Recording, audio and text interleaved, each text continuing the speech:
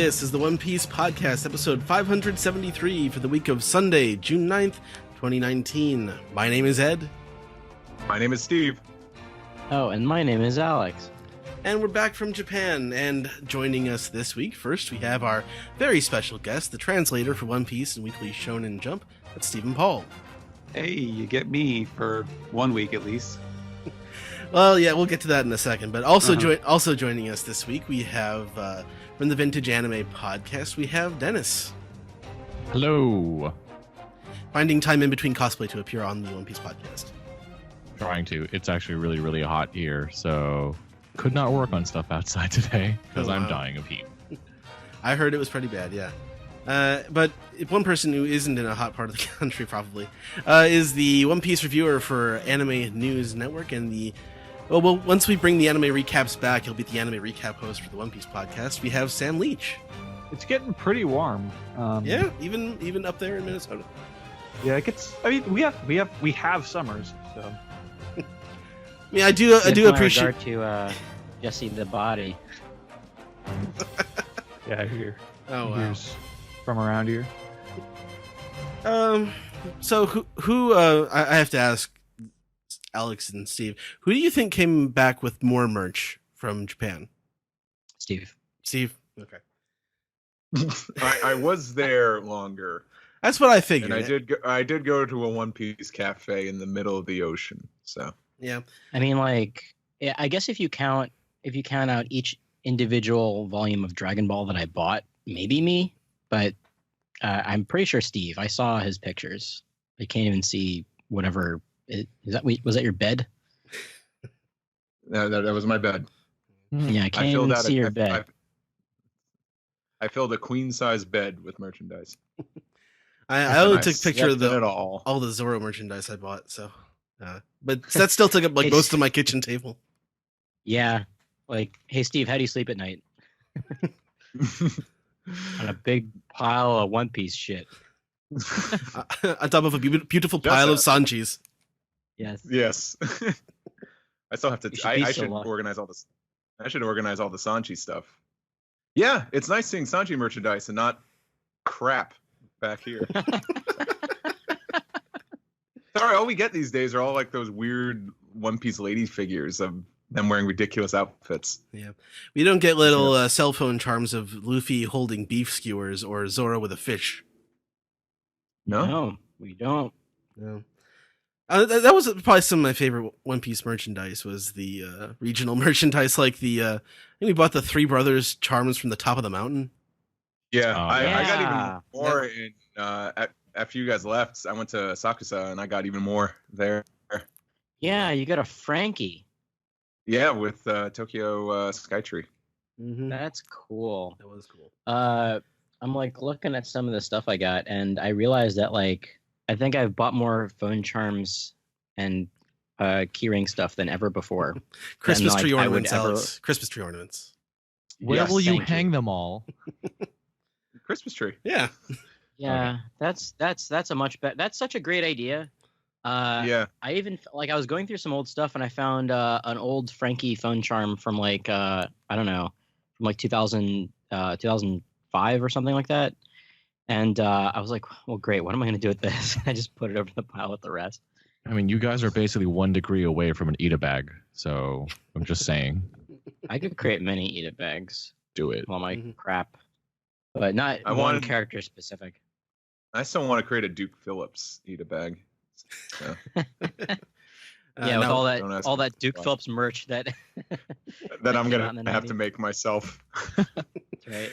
Now, unfortunately, the manga is off next week, but that does give us the opportunity to do an entire segment about our trip to Japan, which many of you have seen. If you're on our Patreon, you can see the pictures from that. But once Zach is back next week, we should be able to have a segment with all four of us running down what exactly we did there. So, but for now, for this week, we'll have some piece together. We also have a manga recap for chapter 945. Does anyone have the title for that chapter? It's Olin, right. Yeah, so unless anyone has anything pressing right now, we should just get right into the manga recap. Right. Sounds good.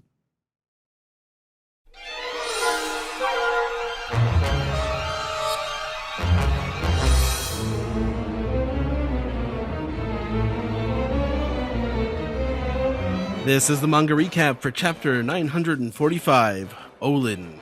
And before we even get to the cover of One Piece this week, you got the cover of Jump to talk about. And this is, you can see it on the homepage at shonenjump.com or viz.com/shonenjump, but it's Frog Luffy and a frog. And frog. Yeah. The frog. What do you guys think? It's adorable. Cute. Yeah. Mhm. I wonder who is in the other frog costume. Is that a costume? I don't know. Probably not. Yeah. That was a cute frog.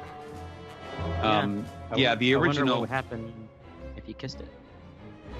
Well, it is rainbow I think themed for that's Pride, what- I think. I think that's what we're seeing right now. Ah. Yes. Yeah, the original cover of Jump, like on, I forget if it's like on the frog's hand or something like that. There's a message where it's pointing out that this is all like promotional stuff for the Wano arc starting in the anime, and then the Stampede, which is why we have the quote unquote cover of the chapter It's a in little this issue. So disappointing.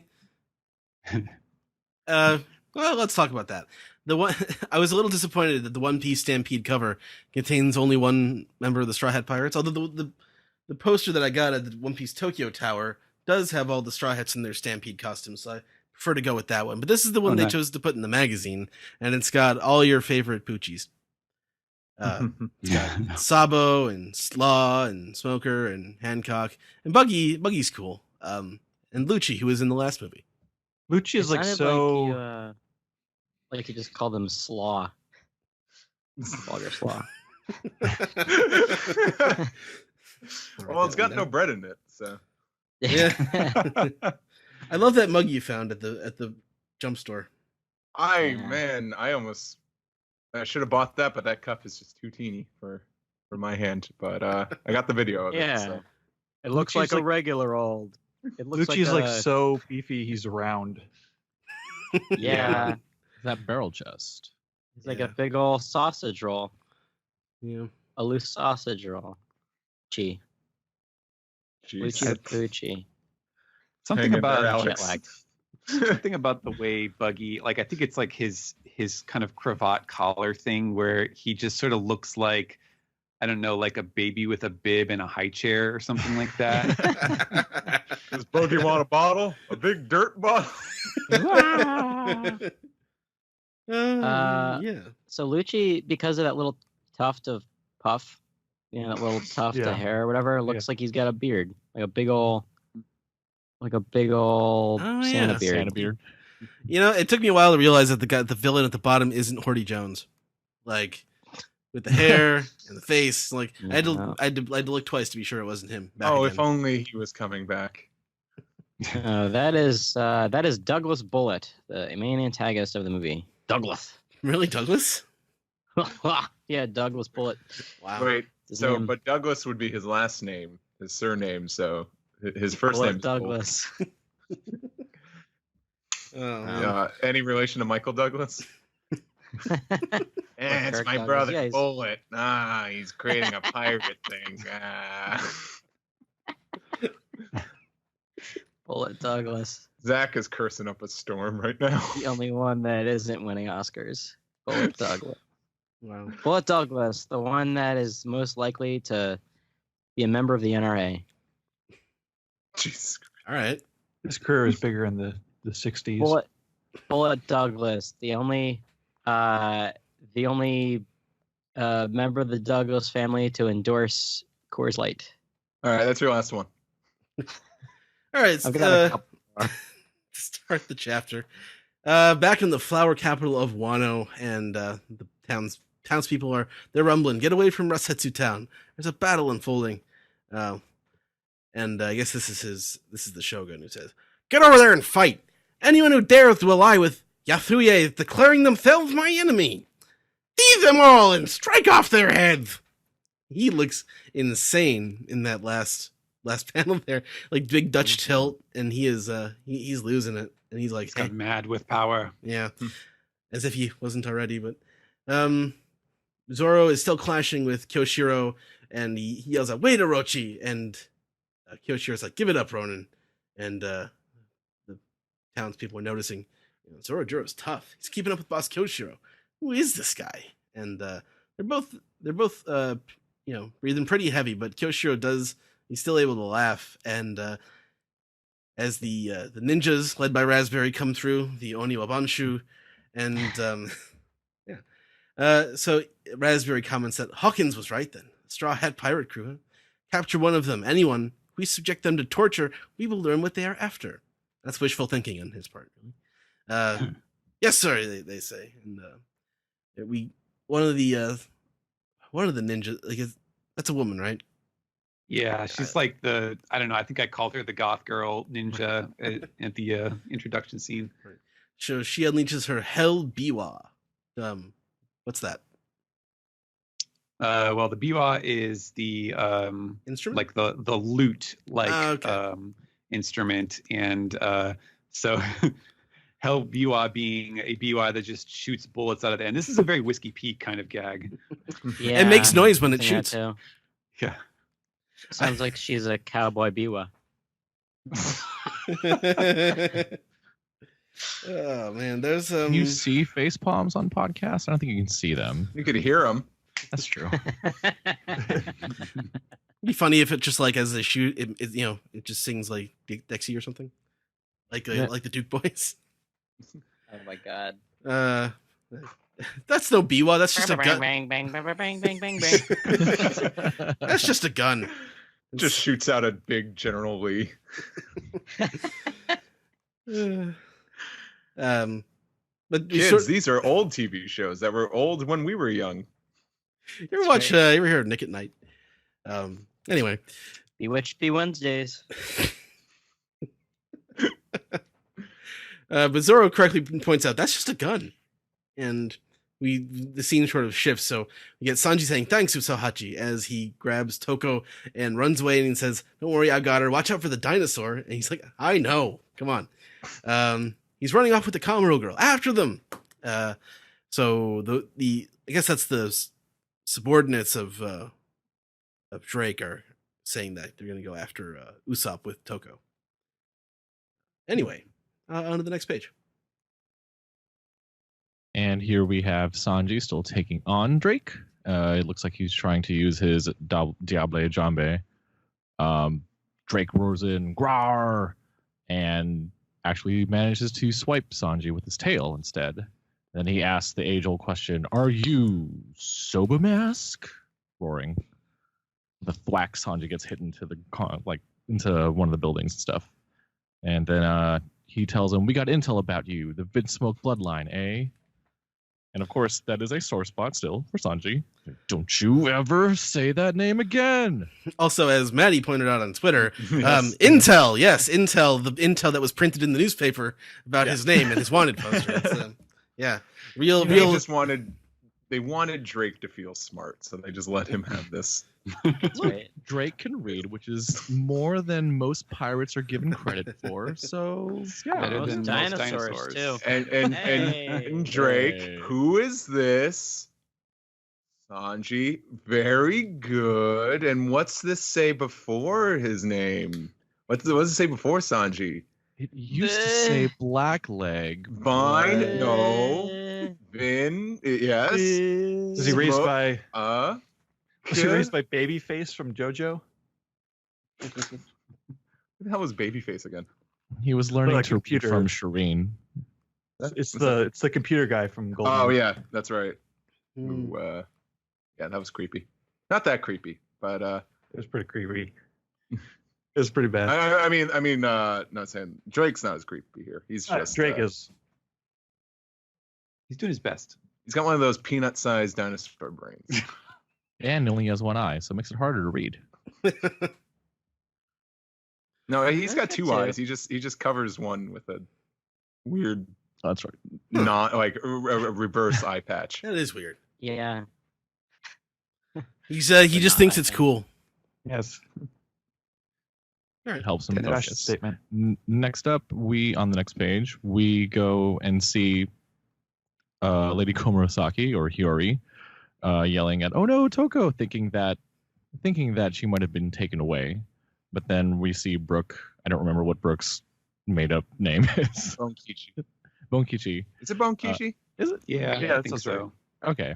Bonkichi says, "Have no fear. Those men who took Toko and Yasue are with our group. Now hurry, out of the capital with you too."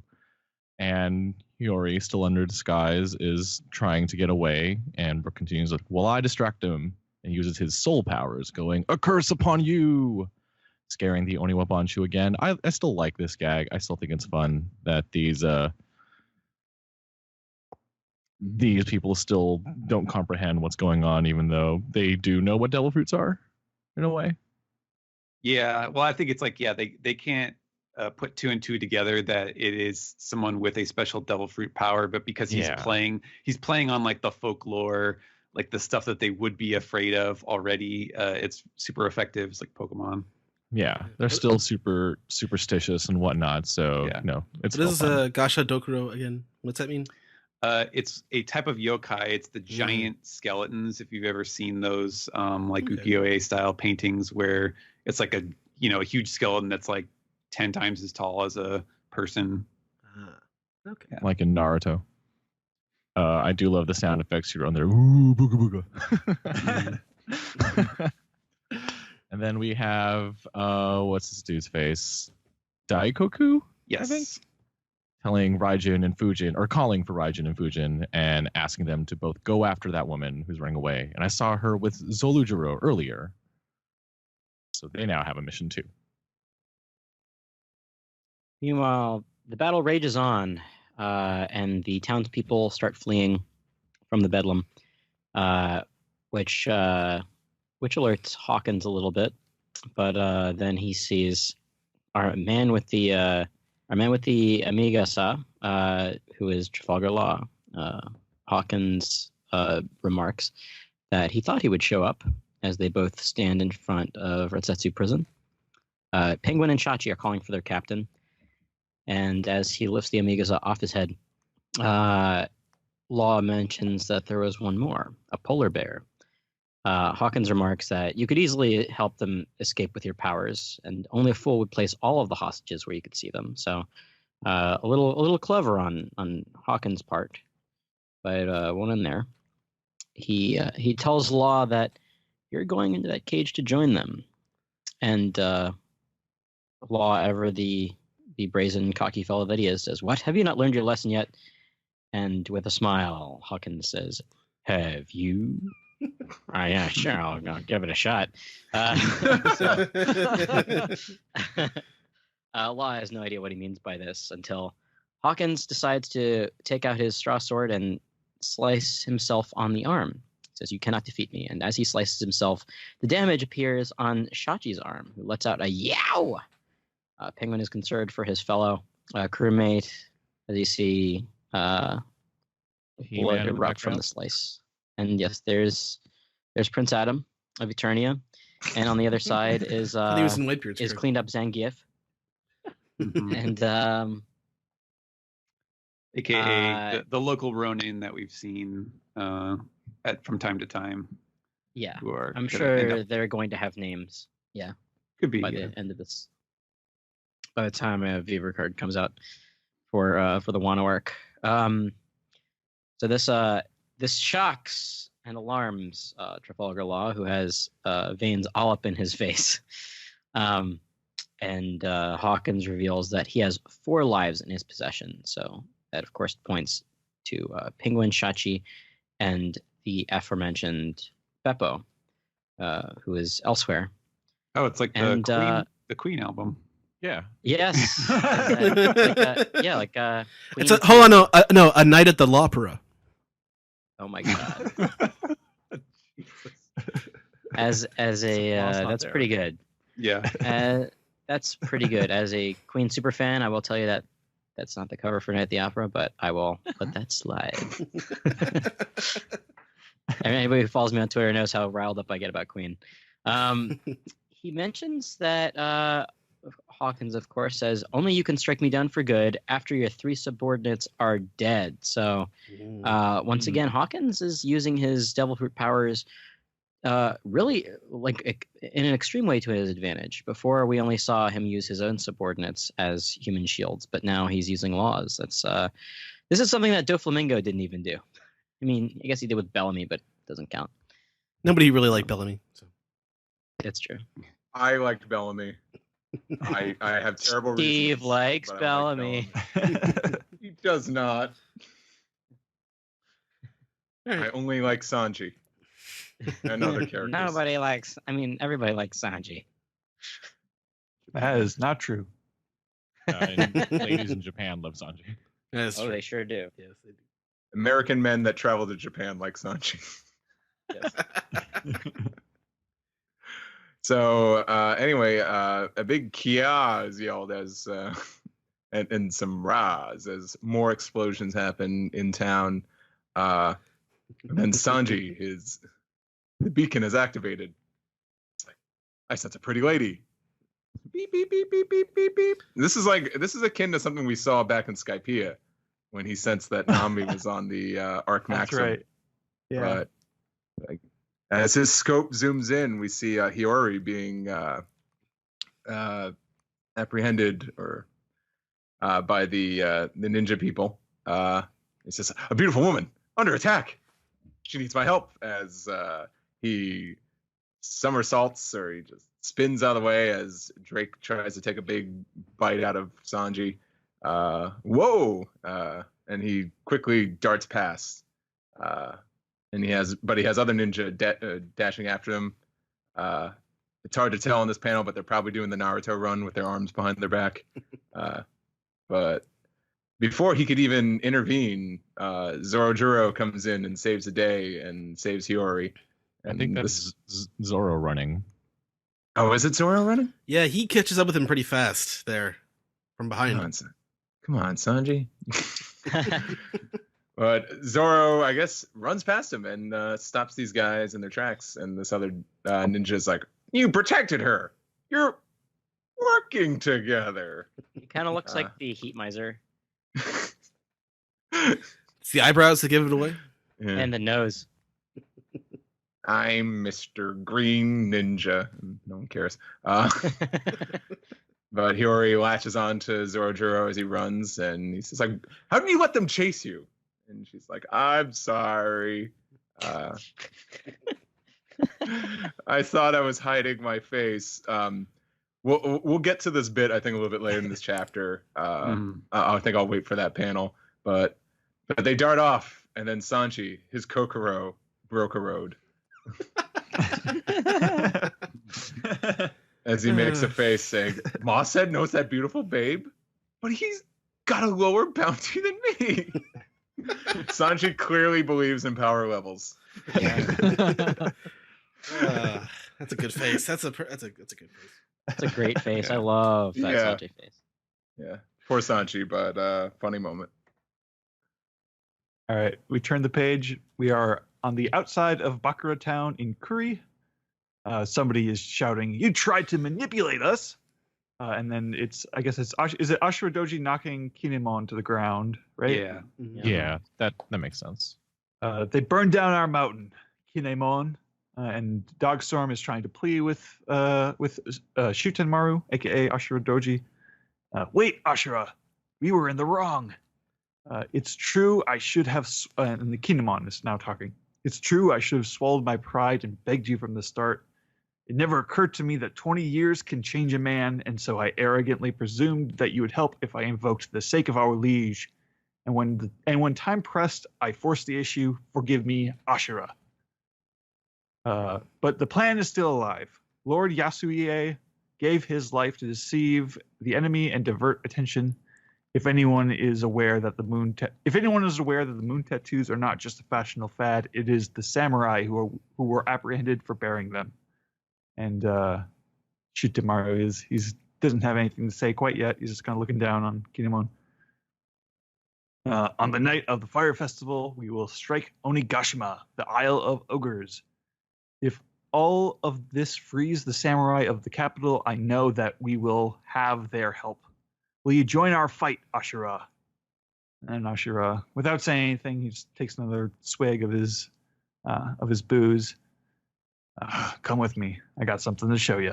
And then we fade out. Very curious. Yeah.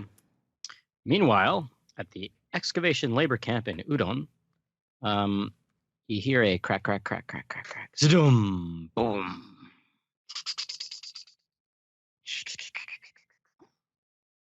And we get a little bit on the loudspeaker saying the gate at the front entrance has been destroyed. Imperial You don't troops need have any entered more the private base. now. What is it?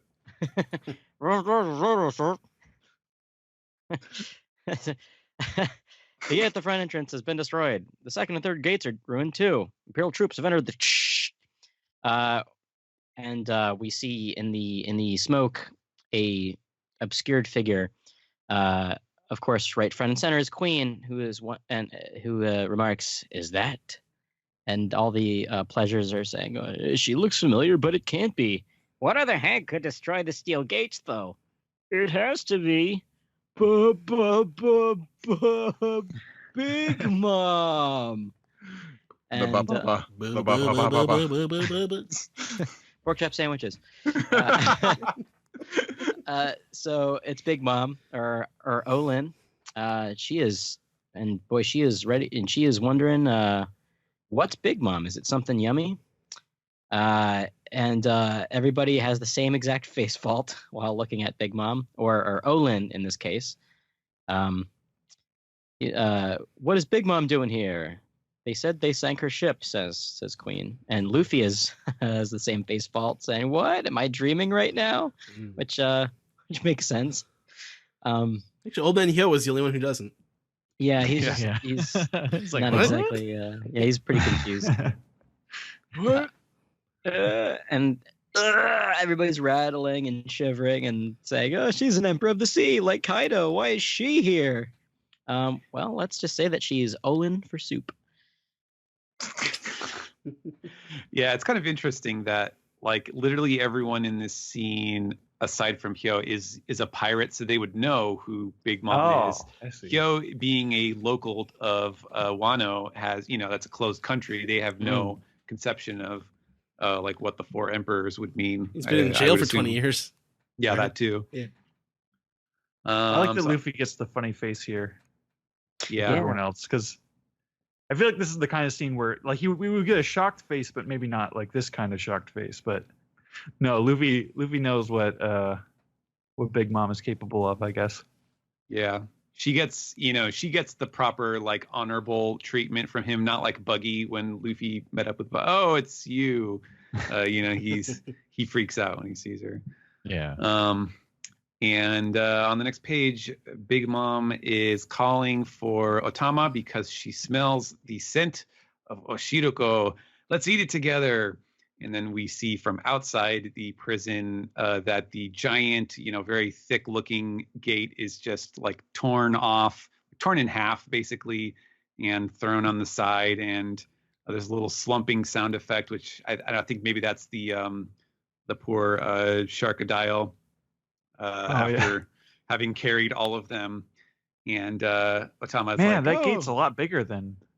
Yeah, it's a very big. That looks like it's about Big Mom's size. Yeah, you should be able to walk through those holes in the gate, like normal humans. I mean, like if Big Mom was the size she was on the gator thing, on the Sharkadile, then that gate is still like three. Like the part she broke off is still like 3-4 times her size. Yeah, we're just all stuck together, so it could have to find the weak point. It could also just be Oda dimensions. So Otama is like, "Oh, she's calling for me," and Chopper is shocked, like, "Wait, what do you mean there's Oshiroko inside? I was just bluffing." So the convenience of storytelling that they were feeding Big Mom Oshiroko at the cafe right as we learn that Queen also loves Oshiroko and has a ton of it. Has come full circle here, and Okiku remarks that the gate is wide open. That was the other big question, was how we were going to get inside, and Otama is overjoyed because now they can go in and rescue Big Bro Luffy. But Okiku says you and Lord Momonosuke have to hide out here and wait. And I love these reactions. Otama is like, "Oh." And Momonosuke's like, oh, darn. I guess we don't have any other option. Clearly freaked out about it. And, Kiku's like, yes, of course, there's no other way. You must not be spotted here. As she explains, Udon is under the control of Queen, a lead performer of the Animal Kingdom Pirates. We must use our utmost vigilance, Chaparemon. We see that she has assumed the uniform of disguise, which is known in Japanese as I believe it's a hokkamuri. And that's when you take a kerchief and you put it over your head and then tie the ends under your nose, which is basically just a comedy bit. And Chopper, in a bit of fourth wall breaking, is like, what is with you guys in tying those towels under your noses?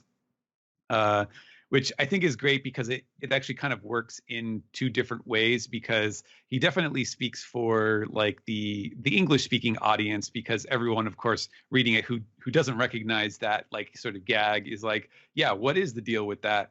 And it also kind of works into a Japanese reader because it's like the Straw Hats saying like, yeah, what is the deal with these things that, we do? It's kind of making fun of the classic gag.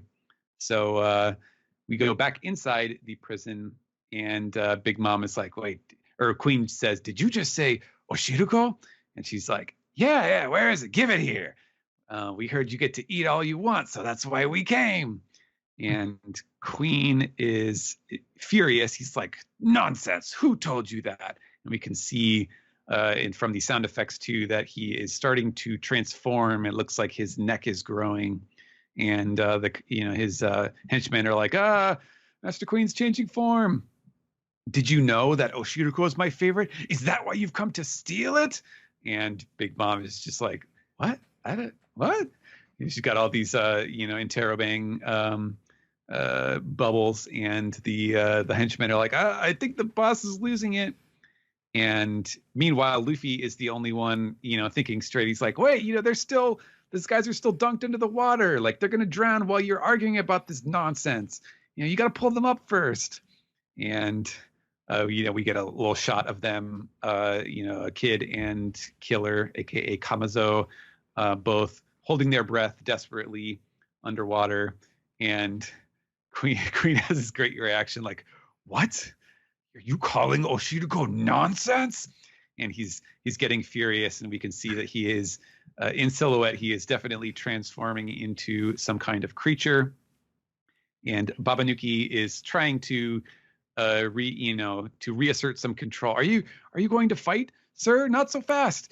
Fighting with Big Mom over food, maybe not the best idea. And she is. So we can see that she's kind of looking at him with drool on her lips. So yeah, it's kind of the danger zone for Big Mom. All right, and then we turn the page, and boy, there is a lot that I like about what's going on here. Queen has transformed into his full zone form, which is the dragon fruit ancient model Brachiosaurus. He's saying, we have plenty of Oshiriko, but it's all mine. You won't get a drop of it, you old hag. And he looks great. Like, I really love this like take on the Brachiosaurus. It's still kind of cartoony and round, but he's still like so, like, his neck looks so like muscular and thick. Look how big his cigar is. Yeah. he's got the like Fu Manchu mustache hanging off of his snout. Yeah, his kung fu ponytail. Yeah. Big veiny neck. Yeah, he's a veiny Victor. He has big, thick, veiny neck. And his goons down below are they're like thinking to themselves, or they're whispering, oh no, if only he knew that all the Oshiriko is gone.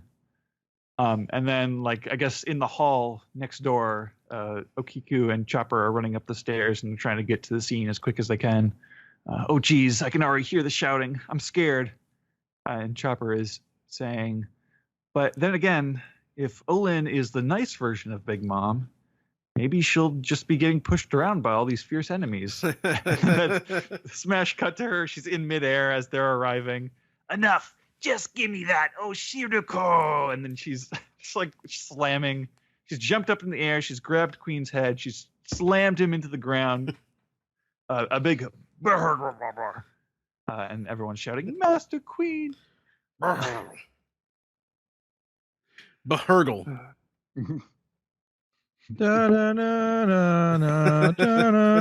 like this last page because you get like it's cool and exciting when you see Queen's Brachiosaurus form, and it's like, oh whoa, that's badass. But then it like really flows really well into this setup punchline with Chopper and Kiku, and then the Big Mom just slamming him into the ground. And he's like 3 times bigger than she is. Yeah, he's huge. Mhm. All right. It's so good. Dennis, what are your overall thoughts on the chapter? Compared to last week's, I didn't think this one was as entertaining, but still some good stuff in the chapter. I love, like what Sam was saying, I love Queen's dinosaur form. It looks so amazing. I'm assuming we're going to get Hunger Pangs Olin, which should be interesting to see how ferocious she fights until she gets some Oshiruko. I'm glad that we're getting back to the Ashura Doji stuff, because I was wondering what his whole beef was, like why he is so indifferent on wanting to help everyone, why he doesn't care anymore. So I'm curious to see where they go with that. And yeah, fun times with Sanji and Zoro, times that I've missed since, time skip basically. Yeah. It's building up to some better things. So I'm looking forward to what's coming up in the next chapter in 2 weeks. Right on. And Sam. Yeah, I love this chapter. The Brachiosaurus is great. Big Mom just being a badass is great. I think that there's so much interesting drama that this chapter is setting up. Because Queen could get up after this attack from Big Mom, or he could have just gotten one-shotted. But either way, like now we're gonna have to deal with a Big Mom who doesn't have her Oshiriko to eat. And like if Queen's out of commission, like what happens to like Luffy's collar? What happens to Kid and Killer? I guess like Chopper and Kiku could save them, but like we don't know about the collar deal yet. And then the Shutemaru and Kinemon scene, it reminds me a lot of at the beginning of Wano when they showed us like Kinemon's graves and stuff, and it was like, oh, here's this like secret dark history behind this whole story that we've been hiding this whole time. So I really didn't expect Oda to go with this direction where it's like, oh, like there's something that like Kinemon has like taken for granted or like doesn't understand about what's happened in the past 20 years, and that's going to be a real point of contention here. So yeah, but it must be weird though. It must be weird for him because he didn't experience those 20 years, did he? Is that that's how that worked? No, right? he didn't. Yeah, exactly. So I mean, it's a long period of time. Yeah, I mean, like that obviously kind of just ties into the whole like, oh, here's all this time that's gone by, or here's this time that's lost and we're never going to get again. Mm-hmm. The way that like Shutemaru is carrying himself, or he's listening to Kinemon, like you can tell that like part of him wants to help, but there's some other thing that Kinemon doesn't know about that Shutemaru is about to show him. I'm really interested in finding out what that is. And then also the predicament that Law is in with Hawkins, like that's a really interesting, like I don't know how is Law gonna get out of that, but he's got to somehow. Mm-hmm. Yeah. All right, Sam. Anything else? That should do it. All right, Steven. Let's see. I'll kind of echo what both of these guys just said, that I do feel like Dennis, maybe because this is kind of like the third chapter in this sequence of the execution scene kind of going wrong, or leading to a bunch of chaotic consequences. And so I feel like, at least with like sort of the novelty of what's happening, there's a bit of a diminishing returns where it's just kind of like a couple of pages of fighting, which is, you know, fun stuff. But it doesn't, you know, doesn't feel quite as like, you know, new, like a new chapter unfolding in the arc as much as it is continuing what just got set up. But you know, there's some comic stuff, some good action. I am really curious too about this the Shutamaru scene, and I do feel like, although Sam covered it pretty well, I feel like either it's going to be either there is going to be some big reveal of, you know, some new wrinkle to the backstory of Wano that we have not been privy to yet that he's about to reveal, and or it's going to be, you know, that Shutamaru is basically sort of like the stand-in character for the, you know, the full weight of that time, because like you said, Kinemon is, you know, all of this stuff happened like just a couple months ago for Kinemon, and he's been desperately trying like this entire time to get back and, you know, complete the mission essentially to avenge Oden's death, whereas Shutamaru has been sort of living through, you know, the consequences of that for 20 years and is clearly hardened and cynical about it. So, you know, I wouldn't be surprised if we get something that is sort of like him saying, you know, where were you guys? Like, you know, you weren't there when we needed you, right, in the aftermath, and how that, you know, has you know, just sort of soured him, gave him the attitude that he has now, where it's like there's no, you know, there's no true samurai anymore. The age of honor in Wano has passed, and all of that stuff. So, but I feel like that's what he's saying already now, and then that this new thing has to be related, but not like the same point. It could be, yeah. I mean, I wouldn't be surprised if it you know, if it's something that just sort of elaborates on that. But you know, obviously we still have not gotten like the big you know, story flashback for this island. And what happened in the backstory. So there's still a lot to be revealed there. I do, as far as the last scene goes, it's a lot of fun. I think the last two pages are pretty great. The Brachiosaurus is a great, you know, choice for a power to have. It did strike me as a little odd, I guess, that we have two dinosaurs in the Toby Roppo, you know, Drake and Page One, and King. I guess that's true that we did have King as, you know, as one of the dinosaurs who is not in that group, but it also does seem like, I don't know, maybe it's not as wide of a variety as I would have thought, where, you know, Jack is a woolly mammoth and then King is the Pteranodon.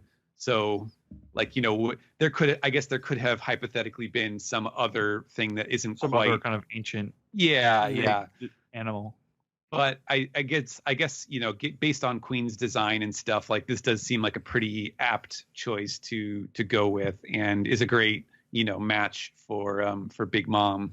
I don't think that this is like a one-hit KO by any means, but it is I think it's a good use of like reminding people that even though Big Mom has these kind of weird handicaps where she either gets like, you know, she gets sidetracked about food, or she goes into these weird kind of fugue states, but she is still like, you know, if you're doing the whole tier ranking thing, like Queen, she's an apex predator. Yeah, exactly. Queen is like the second rung under Kaido. Big Mom is the Emperor of the Sea, who is, you know, of an equivalent power to Kaido. So it only makes sense that, like, in a fair fight, like, she should be mopping the floor with Queen. So I did like that that kind of dynamic of the way this chapter ended. It was fun. All right, Alex. Yeah, fun chapter. Yeah, I think last week was a real ball buster. Like, last week was a real, like, you know, whoa, big revelation. Mm-hmm. And, also, we were hungover. We were really hungover last week. But there's a lot of fun action in this. I really liked Zoro squaring off against Kyoshiro, like, a lot. And how unaffected by Zoro Kyoshiro is. He's got a much cooler head in this situation. When Raspberry says, oh, let's capture one of them and torture one. The first one that I thought of was Usopp, because I think chapters ago he was talking about how he would definitely spill the beans Oh if yeah. he. Oh man, I forgot about that. Right. Yeah, I think not. Or I think Nami said if you were captured, you totally spill the beans or something like that. And I kind of hope that doesn't come to pass. Yeah. Just because of time skip Usopp being who he is. I really liked the ninja with the gun and her biwa. I thought that was really cool.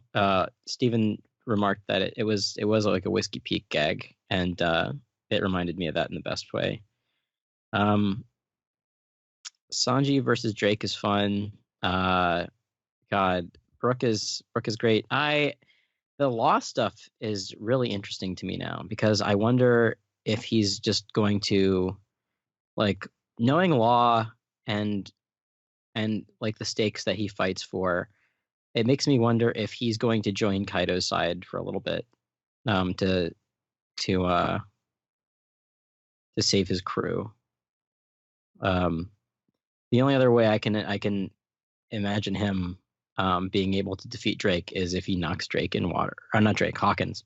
If he knocks Hawkins in water, and alleviates that power for that time being. But yeah, the Law stuff has some weirdly serious stakes to it that I really like. I kind of want to see more of this. Very interested in seeing what Shutenmaru is going to show them. At this point, like, I really do wonder when we're going to get that full-on Oden flashback, but it might not be before a big battle, just because of how Oda generally does things. Yeah. Yeah. The last couple pages, cool. Brachiosaur, I'm digging it. I kind of want to see more of this fight between Queen and Big Mom, just because I know it's going to be balls to the wall, just thrashing. I still hope we get that idea of like Big Mom getting into a sumo match with somebody. Yeah, that'd be fun. Either with Queen or even with Luffy. Now, I wonder with Luffy's collar, I wonder if it's like if Queen needs to pull the lever for that to work, or if he can just go in and save Killer and Kid himself. Or he's gonna have to figure out the hockey thing that Rayleigh did with Kami's collar. Oh yeah, that's a really good point. That and like using his hockey ability or whatever to cut the ropes or whatever. I don't know. That could be like an extension of this invisible armament hockey that he's trying to get down. Yeah, I didn't even think about that. I completely forgot what Rayleigh did with the collars in Shibandi. That's a really good point. Yeah, he yoinked him right out. But that's it for me. Can't wait for the next chapter. All right, Steve, what do you got? Well, a lot of people said some good things here. It's another entertaining chapter. I like everything kind of going off the rails. I think that's always fun in the One Piece story, because we've had a lot of exposition, a lot of setup for this arc and the way everything's going in this country. So I'm kind of glad we're getting a little bit more action. Sanji fighting dinosaurs is always a plus. What else did I want to add here? I would like to concur about Law situation. I do like, now we're getting a little bit more characterization about Law, because Law is very affectionate towards his crew, the same way like Luffy is. He cares about them. So putting him in this scenario is nail biting. It's going to be interesting. Hawkins is he's a meanie. So good thing I care about him the least. So out of all the other worst generation supernovas. So hopefully Law finds a way to defeat all Skankin' Pants here. What else? Sanji moment, funny Sanji moment. I guess I'm also interested in what Ashura has to show them. And I don't know. I want to see Big Mom slide down to Bronchiosaurus like Fred Flintstone and yell "Yabba Dabba Doo."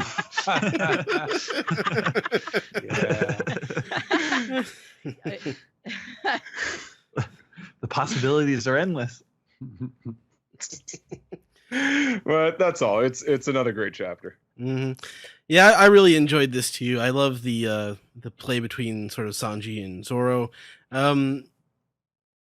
Yeah, that was a lot of fun. Drake sort of transforming, and Drake is sort of a simple guy. Like I'm not sure if he's a real deep thinker. Like unlike Hawkins is like a plan guy. Yeah, or he's always seems to be thinking ahead. But like Drake is mostly he seems to be a fighter, sort of a fighter guy. I like where that's sort of leading him. He doesn't always have to be, Mr. Plan Ahead. I'm curious where Zoro and Koshiro is going, because that just sort of gets dropped right at the right as it was getting going. So Zoro sort of runs off and rescues the girl, which is usually Sanji's role. So I can see why Sanji's feeling a little jealous over that. And yeah, it's the role Sanji plays. I don't think he necessarily has, but well, he tries. Go ahead. I wanted to ask you and Steve, did this chapter make you crave Shiruko? Because I definitely was getting great flashbacks to a couple weeks ago. Well, now I know, the reasoning What it behind is? the craving. Yeah. What is it again? My description of it is not very. You called it like a sack of wet spider eggs. It's not. It wasn't my favorite thing. It was good, but it's like a hot mochi in sweet bean soup. It's interesting. I loved it. I thought it was great. It was good on that cold, rainy day, and I described drinking the rest of that red bean soup. It's like having a sugary cereal and then having nothing left but milk, and then drinking all the milk. What is this, spit soup? Sounds pretty good. It was all right. I liked it. Big Mom, calm down. Overrated. Yeah. By the way, speaking of Hawkins Skankin' Pants, how have we not called him Basil Skockins yet?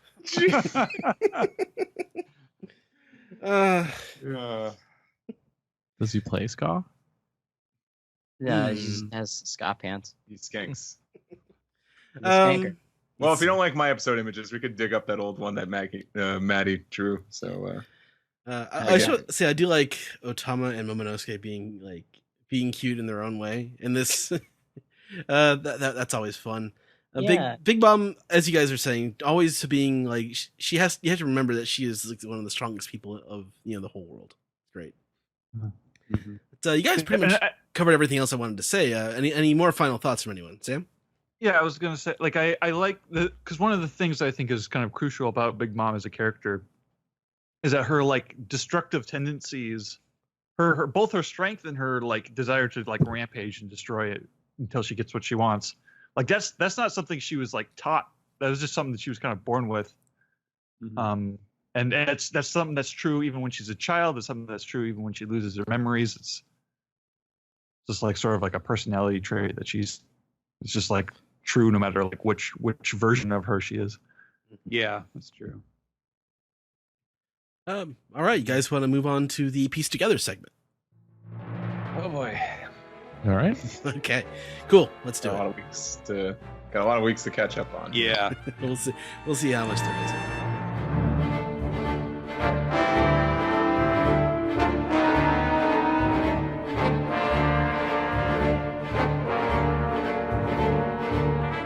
This is the Piece Together segment where we take your questions, your comments, your theories, and then we answer them for the first time in several weeks. So, Sam, why don't we start off with you and some Dispiece? Yes. Okay. So this piece is a little out of sync with current events, but we've got a backlog to get through. Our first one comes from Narthon, who has a lot of beef with Zach, it seems. It seems very strange to me that Zach complains that the Pokemon talk is too boring right after he just said all the host names and chapter number predictions for 10 minutes. I really don't like the guess the chapter and number recurring segment, especially the rehashing of what chapter number everyone previously picked. seems meaningless to me. If anyone really enjoys it, I'd like to hear it though. See, I think the thing you need to understand is for Zach, numbers and spreadsheets are Pokemon. I mean, for some people, Pokemon are also numbers and spreadsheets. Yeah, I was gonna say, I if you think I can think convert Numbermon Zach to are that. I just think Yeah, maybe- Numbermon are numberific. I got 2. Maybe that's our in with Zach. Maybe he just doesn't understand Pokemon. If you can The tell way- him the way that would statistical appeal to him. logistics of what it takes to breed the perfect Pokemon Right. with all the perfect IVs, Yes. then we will lose Zach to One Piece. No, into don't full make Pokemon Zach mode. one of those. Don't make Zach one of those jerks, please. But he might like it. I mean, he No, might Don't you that want could Zach be to his happy? thing. Don't you? Yeah. Don't you want Zach to be a Pokehead? He's got plenty of things to be happy about. It's true. Like for Zach, instead of calling them Pikachu, just call them 25. Maybe he'll like it more. Yeah. Detective 25, out now in theaters. Sounds like an anime. Probably. It does. Right. Yeah. Detective Zakachu. Is it too late to change the episode title and image?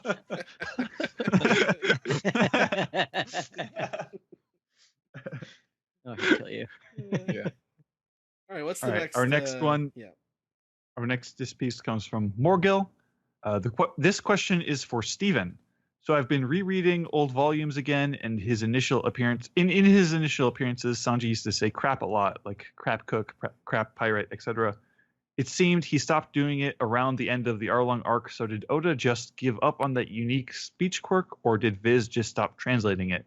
And for that matter, how was that handled in the original Japanese version? I always thought it was kind of funny, and I always thought it was a kind of funny and unique catchphrase of his, and sometimes wish he still said it sometimes. Well, I think in the Japanese he still says "so" a lot, right? Yeah, he does. That's the thing is, I guess a more direct translation would be shit instead of crap. But that's a little too much for, especially when they started back in those days. And we still don't use it for, at least not for One Piece. I don't know.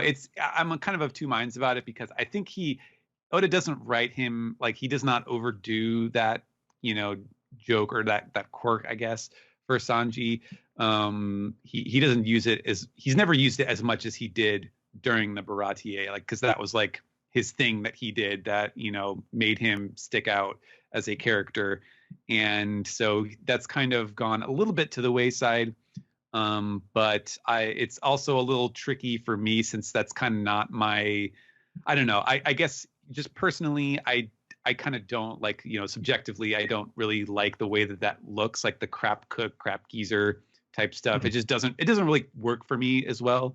And so it's definitely not my first tendency. When I do see it, I honestly don't really think about it that much when I do see his dialogue. So it's kind of a combination of factors, but I'm more of the type to, like, if he says it just as a straight up, like, oh crap, like, that's an easy choice for me. But the using it as a sort of like compound word Adjective. thing, yeah, it's just a little awkward. So I tend not to do that. I think I agree with Morgul. I did like that as a quirk. Yeah, I mean, it's not something that I'm like, oh, this is clearly the right, we should remove all of these. It's just more of like my tendency as when writing his dialogue is not to, it doesn't seem flow right. as well. And he doesn't use it in that exact vein as often as he used to. It's mostly reserved for, like, Zoro, Kusamarimo and stuff like that. Maybe you should bring it back a little bit. Instead of Mosshead, call him Craphead. Crap's back in town. I think damn works too, like as a modifier, right? Like I've seen that used. Yeah. Although, I think we also tend, this is more of like a, certain editors who have final say at Shonen Jump are more like, well, we don't like damn on its own. Damn it with like 2 M's is okay, like Blink-182 style, but like if it's like 2 words, like damn it or damn you, like that's I don't know. It's just a style thing that has been used throughout the length of the series. So we sort of are pushed away from that. There are certain words that are fine and certain words that they try to avoid, and that's just kind of the house style, I guess I would say. And then our last diss piece comes from Grim Piece. I think he's referring to last week's chapter. Some great exposition on Smiles this chapter, which is immediately overshadowed by the boys being back in. Oh, this is like 2 weeks ago. The boys being back in town. Hope you guys play that at the beginning of the episode. Did you enjoy that? Sorry, we didn't. I have a feeling they're going to be paired up as a crime duo, much to their chagrin. Also, as much as I kind of enjoy Caesar appearances, I keep forgetting the dude is a psychoscience bastard that pulled some wicked, shady business. Would you guys risk eating a smile now, knowing the chances? No. No. Stupid do you think I Absolutely am? To be a worse zone? God. Like I don't want to have like an armadillo on my elbow or a stork on my foot. Like I just want a hippopotamus for Christmas. Or a frog in your butt? I don't want to have a flamingo down there. I just like that phrasing. Now that you know it's worse, does that make you more likely to try it? yes, because my life is in such shambles that how could it possibly get worse? Let's eat a smile devil fruit. I just love gambling. Gotta take that Alex. risk. Alex, that'd be chambres. Yes. Chambres. Alrighty, let's go into the. I don't think we have any emails this week, but do we have Reddit? Yeah, let's see. We have a couple. Obviously, there's been some questions submitted over the last couple weeks, so I'm gonna pick some from older episodes. And I don't mean to say that we don't have any emails this week. It's just that nobody on the show has the email password. Oh, whoops. So don't stop sending emails. We will read them. I've got it. You do? Yeah. Okay. I mean, Hooray. Yeah. read Let's some look up some. emails? Let's do Reddit and you can Yeah. look up some emails. Great. Okay. So continuing with Reddit, let's see. All right, we have a question from Aaron F18 who says, I'm a little confused on the terminology of Kaido and Orochi. As I understand it, the shogun is like a military general who is very powerful enough to basically run the country in a historical setting. The emperor is more similar to a European king where they are born into the royal family with certain privileges and distinctions.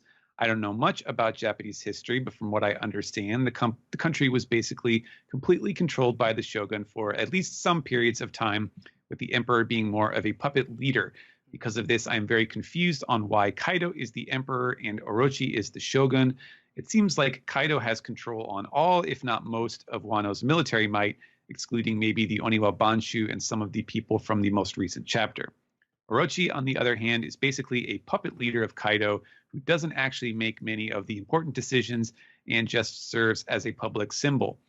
For this reason, it would make much more sense to me if Kaido was the shogun and Orochi was the emperor instead of the other way around.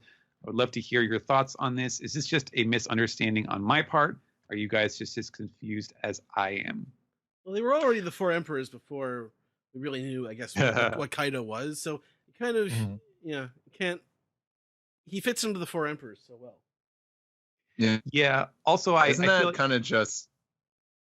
Go ahead, Stephen. Isn't that just kind of just taking the term emperor a little too literally? Yeah, I mean, I guess I'm trying to think now. I don't think we've actually heard it stated in the story that Kaido is literally the emperor of Wano, right? Like he's just sort of the guy who Orochi is working with. And so because Orochi is the shogun and, explaining what the shogun is in a historical context requires explaining how it's different than the emperor has maybe confused some people like this reader who is expecting there to be an emperor. I think that I don't think it's necessarily the case that Orochi is like a puppet leader. Like he doesn't control all of the muscle, but based on the fact that like he was the one doing the dealings with CP0 and like, calling the shots on the weapons and stuff, I feel like he is the guy who is managing the country essentially. Like he may be doing a bad job of it, it may be really super corrupt, but he is kind of the one, and Kaido's just sort of like chilling in his lair and drinking a lot and enforcing, having the manpower to enforce all of Orochi's rulings and stuff. So that's kind of the way that I see it, I guess. And also, it's also probably useful to point out that Oda might use historical terms, but he may not. This is still the world of One Piece where everything kind of works on Oda's own, stated logic. So it may not, be a perfect reflection one-to-one of what the actual, definitions of the words are. So that's what I would say about that. Let's see. Lord Nemo 593 says, "Hey OPP, imagine 10 years ago, Otohime got killed, Doflamingo took over Dressrosa, and last but not least, the One Piece podcast was born.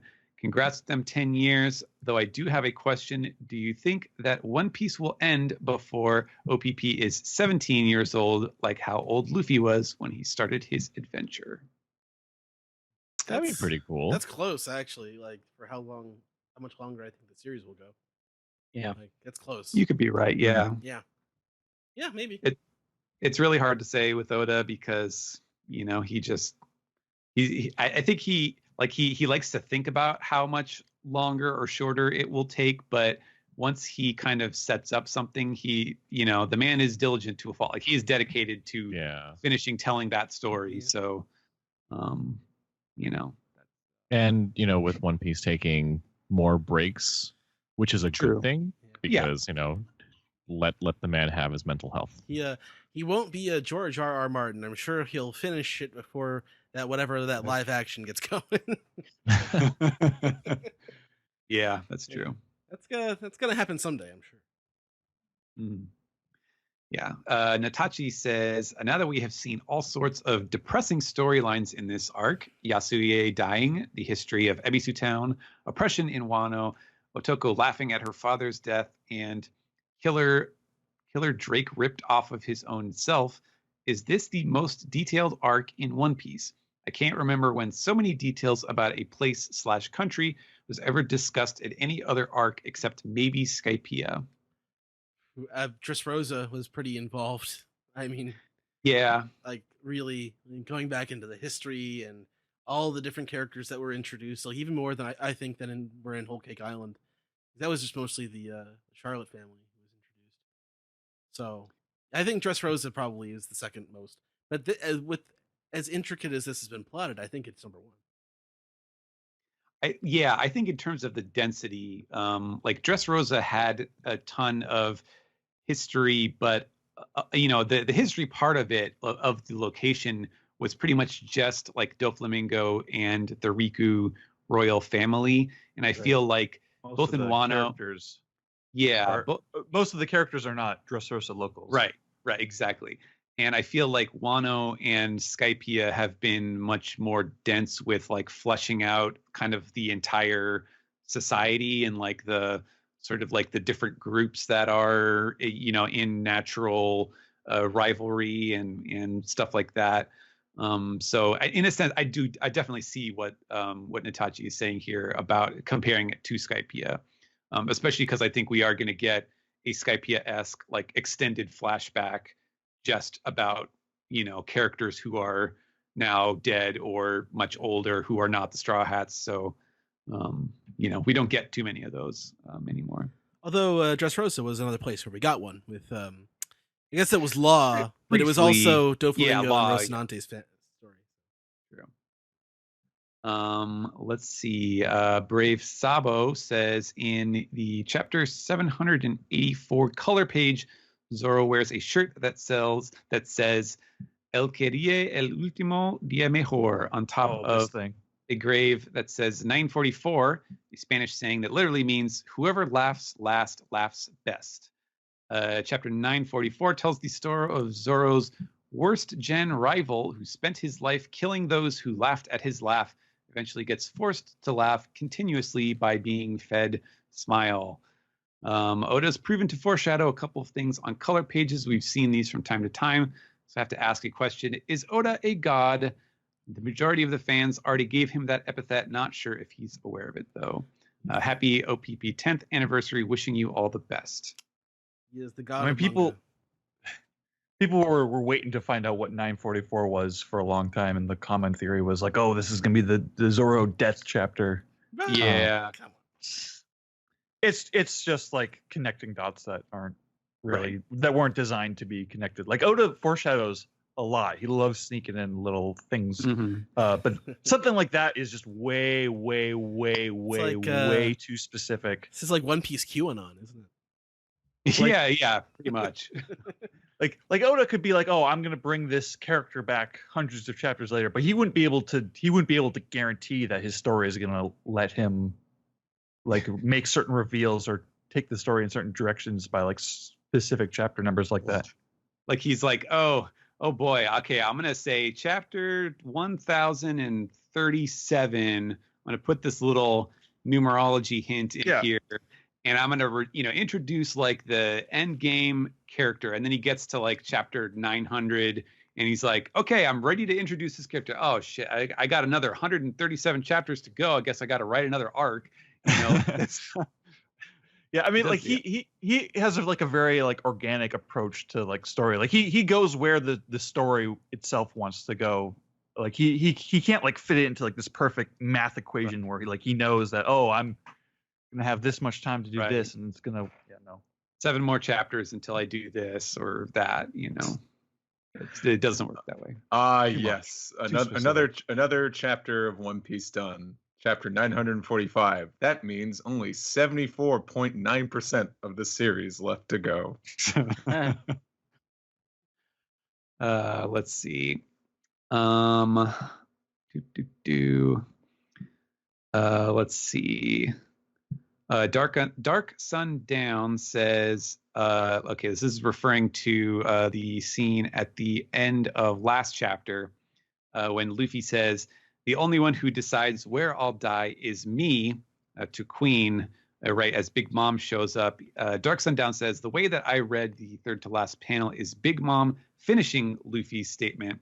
The only one who decides where I'll die is me. He says there's no speech balloon pointing to Luffy, which is an interesting idea. And for a second, when I saw this question, I thought, I wonder if that is right, because it is true that Luffy and Big Mom have the exact same like first person pronoun usage, which is that they both use ore with in hiragana rather than katakana. But then I looked back at it, and it is absolutely Luffy like finishing his sentence. Plus, when we see Big Mom, she is basically in an Oshiriko haze, and as we saw from this chapter, she is very much still in her like Olin, mindset, and not like Charlotte Linlin, Big Mom getting revenge on Luffy or whatever. So, that does not seem to be the case. Let me check this week's questions. Let's see. Croco Cake Boss says, now that we have Law on a mission to rescue his crew, it reminds me of the jokes Steve Urkel referenced with him as Harrison Ford saying, I want my family back. I want my polar bear back. Since they're both serious-faced, one-liner cool guy types, it helped me tie them together into one. The name is Trafalgar Law. I just have one request. Can Hawkins be Tommy Lee Jones, just so he could say, I don't care?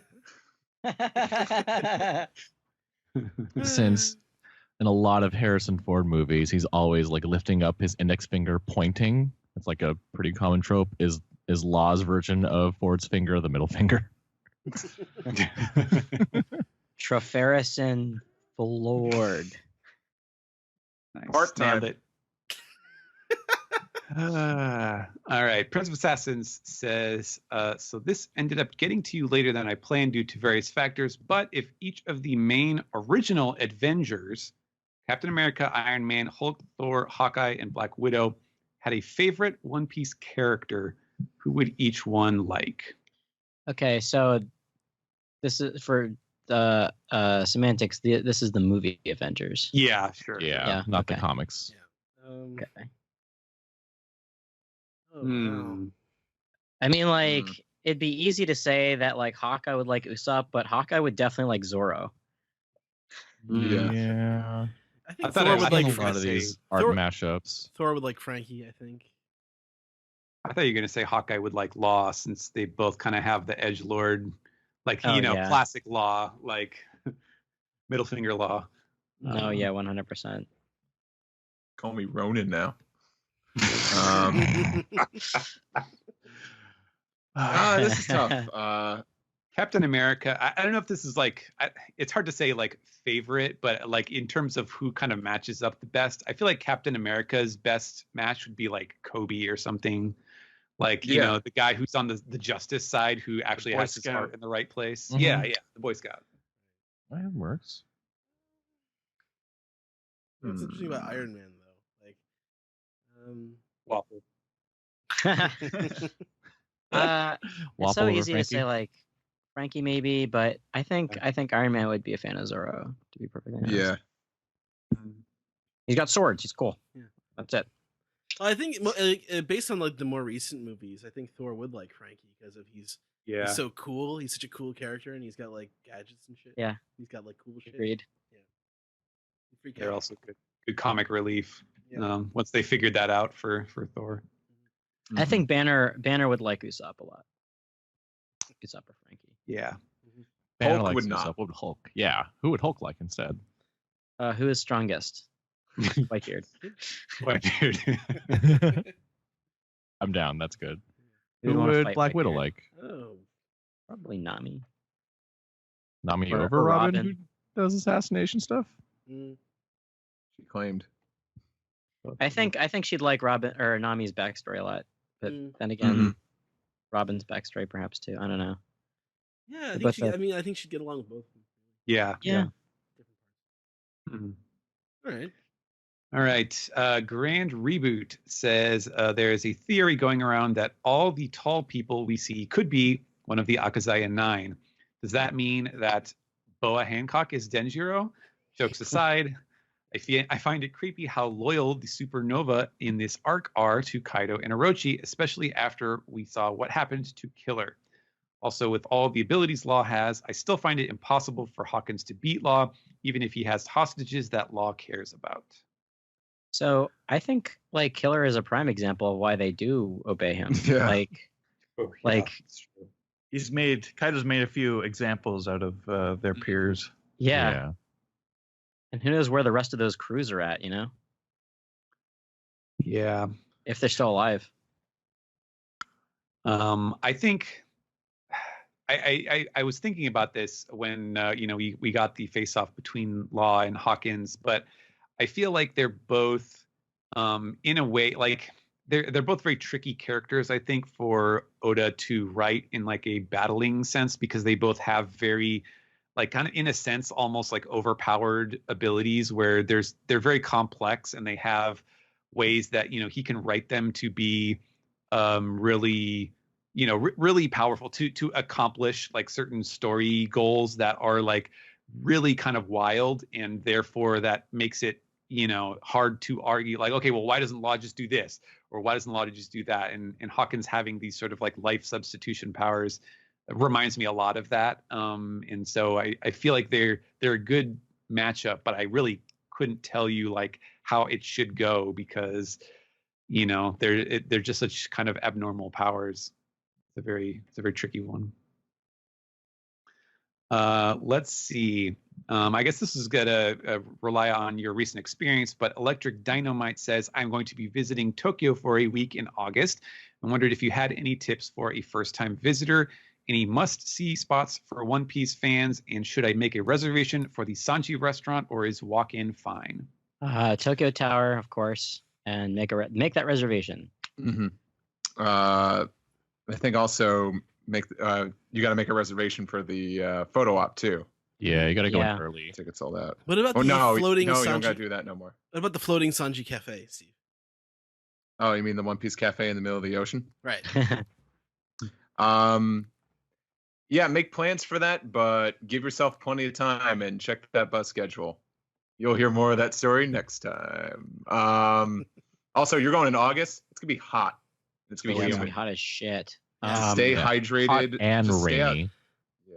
Buy a coin purse sit- and buy a drink in every train station you go to. Yes, Yes. coin purses are key. We got ours at the One Piece Tokyo Tower, That's right. actually. Yeah, because everything under 500 yen, which is $5, is $5 and under. That's all coins. Yeah. And you're gonna get a lot of that. Also, if you are going to buy a drink at every vending machine you see, just be warned that you're going to be carrying that bottle around with you until you find a trash can. Drink it immediately and get rid of the bottle. Yeah. Mhm. Yeah. Do If we could- eat and run. If we could quote me in Osaka, hold on, let me finish this coffee so I could throw it out. Yep. Keep tabs on um, your so train pass card as Yep. well. Yes. Yeah. Buy a strong zero. Drink it in public. Yeah, if you want to get loaded. Maybe not really during quick. the daytime. Well, at nighttime, yeah. Learn Alright. to enjoy highballs. Yeah, they got a lot of highballs. They're really But in right yeah. now. Just dress appropriately too, because it's humid, and it was already humid when we were there. God. It's gonna be worse in August. Oh, yeah. Yep. Lastly, bring comfy shoes because you're going to do a lot of walking. Yes, you Mhm. are. Yep. It's a walk in town. Sure is. Oh yeah, And don't also- take do not take a taxi. Do Yeah. not. Taxis are expensive and not worth it. Train. What All what right. train pass did you guys use? Suica card or one of the other Suica. ones? And our JR the pass. JR pass. We Yeah. got that for traveling around the country. But if you go to places other than Tokyo, go to out of the way places, look for local One Piece merchandise. Yeah, they're everywhere. Cool. All right. Next is from Bronze Salamander, who says, with Queen's Devil Fruit being revealed as the Brachiosaurus, do you think we'll ever see the Tyrannosaurus Rex? And if so, will they be part of Kaido's crew? How many Toby Europo people do we have left? Yeah. I think technically 4. We've only seen 2. Out of Oh, 6? right. Yeah. Yeah. It's Drake and Page 1. Yeah, Um, I kind of forgot that we've got some more on the way. So Mhm. probably gonna be some matchups for all the kind of the secondary characters. Maybe. It's in, like, it's the tricky final because battle. what was Drake's was not, so Drake's wasn't the Tyrannosaurus Rex, was it the No. Allosaurus. Allosaurus? Okay. Allosaurus. So that kind of begs the question, like, are they different enough that Oda would bother to use it, or is this just him kind of throwing us a curveball to, keep away from the obvious choice in terms of not using the T-Rex? I mean, I guess he's always got the T-Rex available to him if he ever wants like a cool character in the future, Yeah. Yeah. or like a movie villain or something. I wonder not if he was Drake. like, He was Yeah. never cool. yeah. I kind of wondered if he was just like, well, I'm not wasting the T-Rex fruit on this goober. I don't know. Yeah, I feel like if you were revealed to that, it would be like saying, "All right, here I'm gonna unveil my new superhero. He wears a big cape and he has a hook on his hand, but his name is Alligator." It's just sort of like, okay, I've seen this already. Yeah, I was about to say like I think the T-Rex is pretty considerably bigger than an Allosaurus, but then we've also got like the Spinosaurus that's bigger than a T-Rex. So Maybe it's not like a bigger Allosaurus would have been all that cool in this context. maybe he'll use the T-Rex, but he's going to use like the proper updated model. So he's just going to have a bunch of feathers and Yes. has like a beak and stuff. That would be awesome. That'd be great. All right. Although I feel like the Allosaurus also has feathers. Probably, yeah. But he's already used it here, so he can't change that. But then just for like consistency's sake, you can't just go. It's the Jurassic Park problem. You can't just go back to feathers now. All right. Ima Ivano M says, welcome back from your trip, OPP. Here's a theory. Kyoshiro has the basilisk mythological snake fruit, making his fight with Zoro a version of the Kenshin versus Udo fight, since the basilisk and Udo have that same power of paralyzing you with their stares. This fruit would explain why Kyoshiro has such prominent eyes in his design. and why Zoro is breathing so hard, and how not Hiyori survived getting cut. Kyoshiro just paralyzed her organs and blood vessels to stop them from bleeding out. Have a great day. I don't know. I guess it's still up in the air as to how it is that she quote unquote died and then, ran away. We haven't seen the trick revealed yet. So I'll give you that one, although I don't know if I would believe this power. I have seen an interesting theory. I don't know if it's been mentioned on the podcast that Kyoshiro's eyes, his design is very similar to Otsuru. Like he has the very slanted, kind of classical ukiyo-e looking facial features, and that therefore he could be like Kinemon's son, which is an interesting twist. Oh, I that'd guess. be weird. Yeah, I would really like. That'd be really funny if like Kinemon's like the the dad who goes off to be a soldier in the war, so he comes back 20 years later, and then Otsuru's gonna like have have Kyoshiro like here he's your baby son. You never seen him before. Do we know when Kyoshiro replaced Kyo as the Yakuza boss? No, we just know that he's the contemporary version of that. I haven't known you my whole life, and then you just come in here and say you're my father. I hate you. I buy the theories that we're going to learn Kyoshiro is Denjiro. Yeah, that's what makes sense still to me seems right now. most likely, but it's hard to say. I'm a little surprised that it's gone this long and we still haven't gotten all of that wrapped up, but I don't know. I think we're very close to the end of Act 2, most likely, so we'll probably get a bunch of story stuff soon. And I think that is it for catching us up on Piece Together for Reddit. Great. Emails. Yeah, we got a couple. Not very many. This is from a couple weeks ago, May 26th. So it would have come out last episode. This is from Just Martin, Dear One Piece Podcast. I was doing some number crunching, and according to an earlier chapter, Kaido has 500 Smile Devil fruit users on his crew. If 10% of the fruits bestow Zoan-esque powers, then that means at least 5,000 of Kaido's crew can't swim without the benefit of animal powers. Does this mean that the person who has done the most harm to Kaido is arguably Caesar? I mean, he has kind of rendered an entire fleet of entire fleet worth of people useless in water. So, just to keep track of his accolades, he has 1. Saved the Straw Hats from a botched assassination. 2. Scammed Big Mom out of money and was almost responsible for her death. 3. Killed the only Logia user in Doflamingo's crew while saving the Straw Hats from an island-busting gas attack. 4. Saved the people of Zo. 5. Weakened the army of one of the emperors of the ocean. If that's not Straw Hat crew potential, then I don't know what is. He's been a Straw Hat all along. This is what I've been saying. Uh, This is what I'm talking about. yeah, that was pretty for funny. you, I guess, Sam. Yeah. Yeah. Though to be fair, I don't like how often has character swimming been like a really important part of the series. Not as often as you think. Even Lucci is like, it's not that big of a deal. Yeah. So Josh Collins sent a link to us from readinglightnovel.com or readlightnovel.com, and basically he's asking, what if somebody with the Infinity Gauntlet entered the world of One Piece? Is this like a fan fiction thing, or? I guess this is a hypothetical. Okay. Well, in comics, if you go to a different reality, the Infinity Gauntlet doesn't work unless you find the actual Infinity Gauntlet of that reality. So it wouldn't.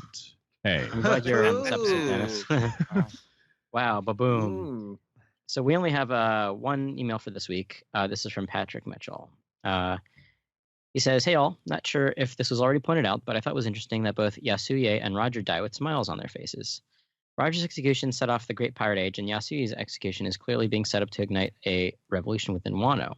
Crackpot theories. I know Yasuye literally cannot stop smiling, but maybe he actually hails from the D bloodline.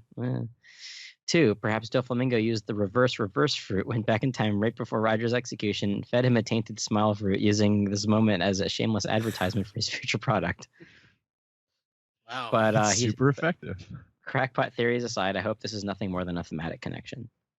I didn't even think about this. I honestly, Like- I wouldn't be that surprised if it turned out that Yasuie had never actually eaten one of the tainted smile fruits, and that he was, just doing that of his own accord the Yeah, whole this is- time. Yeah. That's what I was asking a few weeks ago. I mean, I'm guessing he did Probably, as of yeah, right maybe. now. But Yeah, that's interesting. Anyway, that's it for emails. All right, then it's time for Piece the Tweet. Piece the Tweet, everybody. First one comes from P. Jensfeld, who says, "Hi, OPP. Love you all, and have listened through your read-throughs recently. As a new fan of both One Piece and the podcast, I really appreciate your terrific work. I really like Sanji's Diablo Jamba in the sandal/Wano style. As Steve would say, Sanji is cool. Thank you, Peter." Hmm. Next one comes from Super Ninja Clone, who has some suggestions for if each of the Straw Hats were an alcohol. So he says Luffy is black rum, Zoro is Nihonshu, Nami is yuzu shu, Usopp is spiced rum, Sanji is cognac, Chopper is chambord, which is like raspberry liqueur, Robin is Yeah. red vermouth, Frankie is bourbon, Brock is Jägermeister, Brooke is Jägermeister, not Brock. Brock. Wow. Brooke is Boys. Jägermeister. And Jinbei is Shaoxing, which is, I guess, some sort of Chinese liquor. Anyone have any other suggestions? Wait, Robin so is was that- wine, not vermouth. Yes, red wine. Was this something I missed the start? Was this something that this reader made up themselves, or I did think it so, come? yeah. This is Yeah. just something that Wow. they came up with. That's pretty good. It's pretty good. Yeah. Yeah. Yeah. I like Nami as Yuzushu, as the citrus. Yeah. Citrus alcohol. Anyway, That's really good. It's a good list. It is. What I forget? Did they mention Jinbei? And Yeah. Shaoxing, which is, I'm not sure exactly what that is. We'll look that up later. Well, I'm sure he likes it. Yeah, that's good. I like that. That's like sounds like a list that Oda would come up with.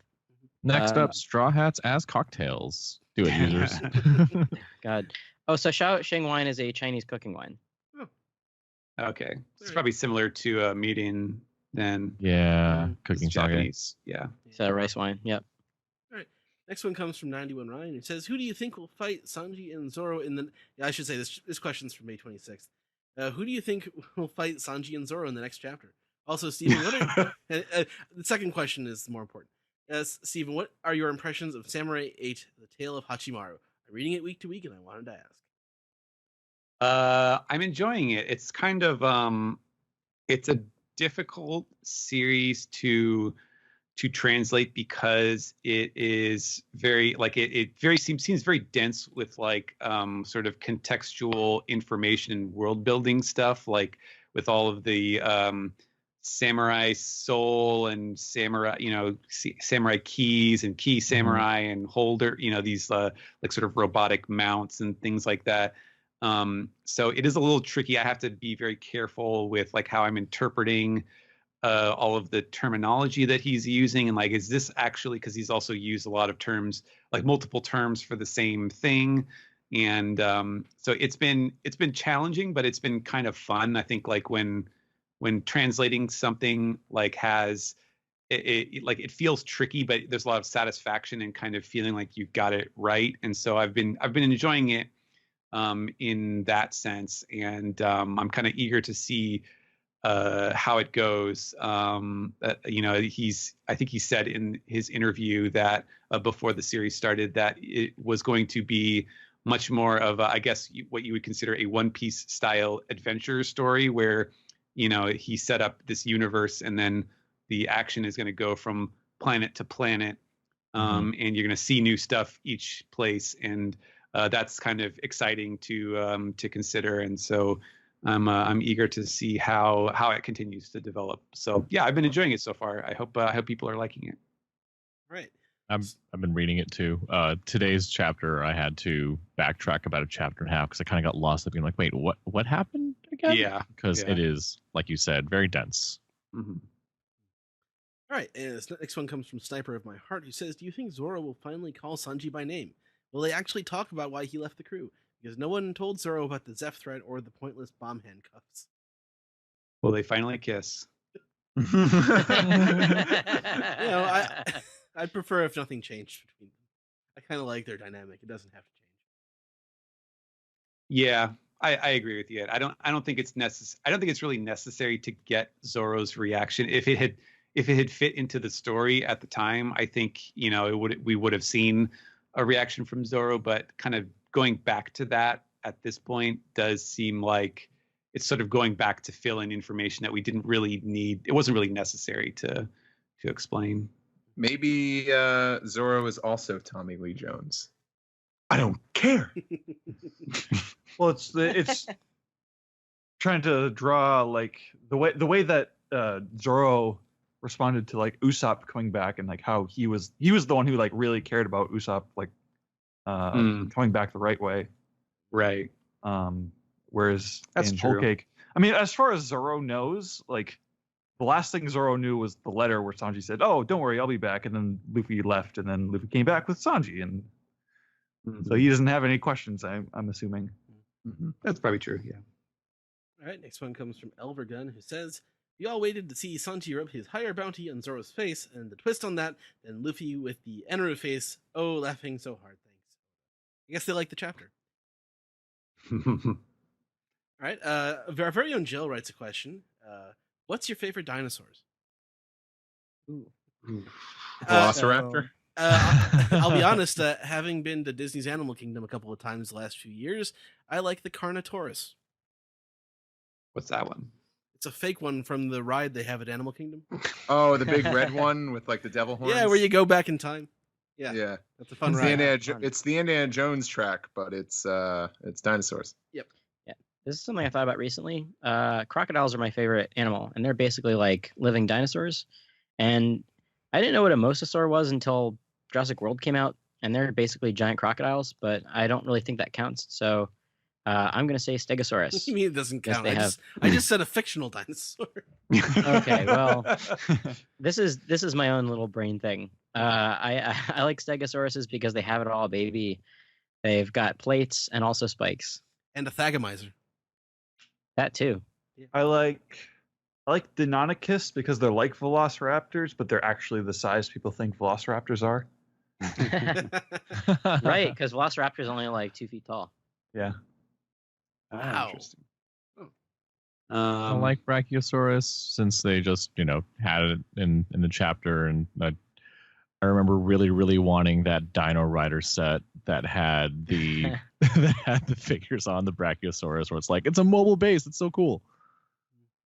I don't know if I had a favorite. I definitely had like a dinosaur phase as a little boy. I don't know, maybe like a Triceratops or something. That's a pretty cool dinosaur. Yeah. I remember back when I was a kid and Power Rangers came out, I would draw my own Power Ranger, and he was an Orange Ranger, and he had the power of the Stegosaurus.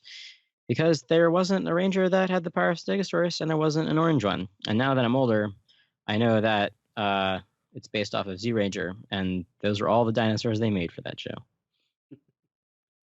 All right, next one comes from Return to Sabati, who says, "Could something happen in One Piece that would make you drop the series? Or are you in it for the long haul, even if it goes to shit? Which you probably won't." I mean, the faith that it won't, like, I've been proven right so far. I have no reason to think that even if something happened that I didn't like, that it wouldn't recover. I read through all the Bleach. I can make it through One Piece. Well, I get paid for it, so I don't know if I mean, I know with like the recent like Game of Thrones stuff that happened, I don't know. I have faith in Oda, and I feel like my One Piece fandom, my passion for the series has definitely been recharged after the Japan trip. So I'm in it for the long run. Yeah, I don't know if there's anything in the series proper that could make me like quit it, honestly. Like I've been reading this series for like I've been reading the series since 2002, damn it. Like like why would I up and quit it? Like, it's dumb. yeah.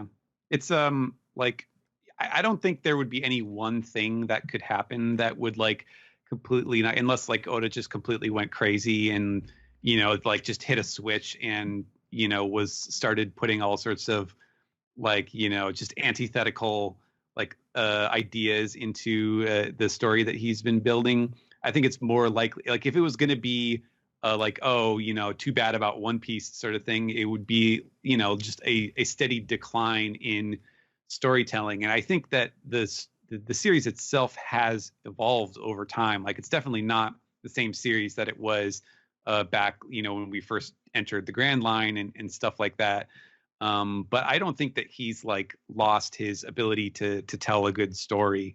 And if anything, like one of his great strengths is the ability to kind of rehash old story constructs and kind of go back to the well of these like sort of tear-jerking moments and things like that, and unexpected like character surprises, and they're still good even if you've seen him do similar things before. So it's hard to imagine like the series just suddenly turning off a whole bunch of people the way that Game of Thrones did.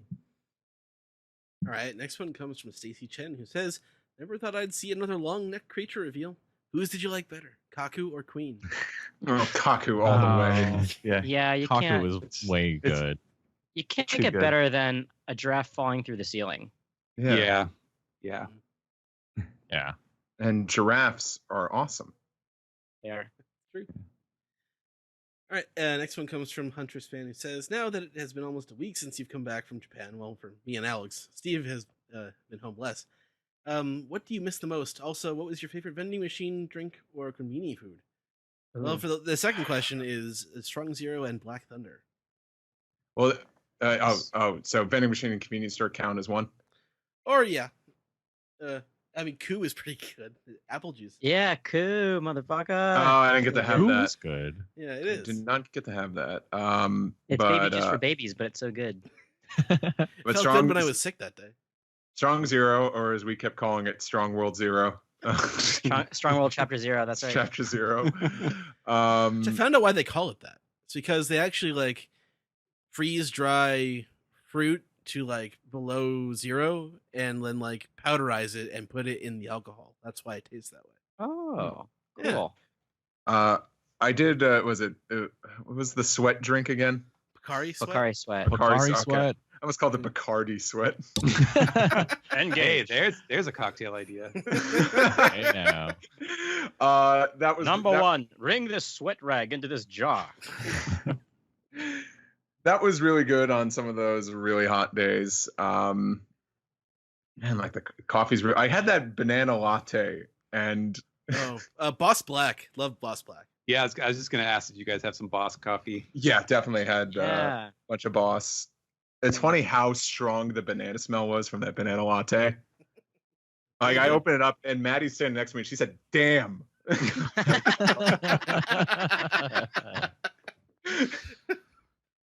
But it was actually really good. Yeah. All right. So konbini food, onigiri. The spicy salmon roe one. I really liked having that for breakfast or a snack. Vending machine drink. It's hard to go wrong here. Because anything you have vending machine is pretty good. For coffee, I like the Boss Rainbow blend. I definitely got Pocari Sweat more than a few times though, just because I can get it here in the States. It hydrates you. It's nice. Mm-hmm. There's that one time the tea that Maddie got me from the konbini was really good. Straight tea. That was really fucking good. I really enjoyed that too. Not sure if you can get in a vending machine, but that's a really good name for a tea yeah. product. Yeah. Straight tea. The best Like- onigiri I had though was the one I bought at the airport before I left. Beef short rib. Amazing. Ooh, Yeah. God, that sounds great. Nice. I don't think I saw it at all when I would pop into a 7-Eleven, because I would get like the tamago one for like breakfast, or like the tuna or the salmon, but I did not see the beef short rib one until I was at the airport, and ooh, that was the best one. So Can so I now ask that, an addendum after you guys are done with this one? oh yeah. Well, now that we have a week to think about it, I can tell you that the thing that I miss the most about Japan is the fact that I could walk to a konbini and get whatever the fuck I wanted out of it at all times. Like you can't tell you how many times I've wanted to just wake up, get out of bed, and walk and get onigiri and the tea, and that would be it. Like I think that's honestly the thing I missed the most, is how convenient all the convenience stores actually were, except for that one time. Oh yeah. The We almost got hit by many cars. Yeah, the inconveni. Two addendums, if I could. Yeah, go ahead. And were you guys near any like 24-hour convenience? Yes. Sweet, that helps. And then secondly, did you guys risk any of the vending machines that had like 100 yen or less drinks? I think the 100 yen is the least I paid for Same. a drink. Yeah. Most of the time I would see like 110, 120, but I've passed by some vending machines there that were like everything 100 yen or under. Oh, and wow. so it was basically all the ones that were like, these are imitation ones. I definitely bought things like Pocari Sweat and teas and whatever. I definitely bought plain water for 100 yen in the vending machine. That's about it. Okay, last one comes from QuipQuest, who says, are there any theories or claims that you've made in the past about One Piece's future story developments you look back on and realize how crazy they were? Like Carrot for Straw Hat, or Jinbei for Straw Hat. Hey. Wait. Sam's being attacked here, man. I have issues. Oh, Sam, Stop picking on What's Sam, being said listeners. Come on. Yeah. Come on. I gotta send you that picture of the carrot POP that I mean, I thought that Kaku was going to be a Straw Hat for a really long time.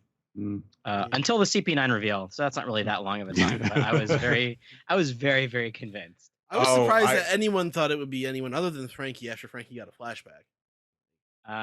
Yeah, I was on the Poly train for a pretty long time, but until the Frankie flashback, that was a solidifier. Shit, I forget where we were in Tokyo when I made the joke. We might have been with Greg, because I think I made a joke. Oh, all the Straw Hats, were there, and I list them all.